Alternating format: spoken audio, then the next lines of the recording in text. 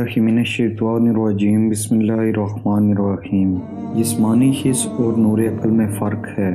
بری عادت کی جڑ کو مضبوط ہونے سے قبل کاٹ دینا چاہیے۔ لوگ اپنی بد اخلاقیوں کی وجہ سے خود بھی زخمی ہوتے ہیں اور دوسروں کو بھی نقصان پہنچاتے ہیں۔ انوار الہی کی مستی کا نور تمہاری نار نفس کو ٹھنڈا کر سکتا ہے اور شیخ باصفا سے واصل ہونے میں ہی نجات ہے۔ اللہ کے نور سے دیکھنے والی آنکھ ہر مکاری کو پہچان لیتی ہے۔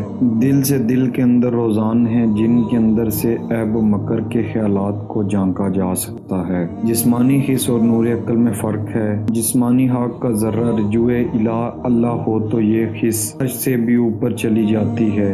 یہ یاد کرنے والے کی عطا ہے کہ کثیف کو طبی تقاضوں کے خلاف بھی بنا دیتا ہے۔ وہ حق کے تعالی ناصر کے طبی تقاضوں کے باوجود قادر مطلق ہے۔ اس کا ارادہ اس کی تقدیر پر کسی ایسی علت کا پابند نہیں جس کی وجہ سے اس کا ظہور ہوا۔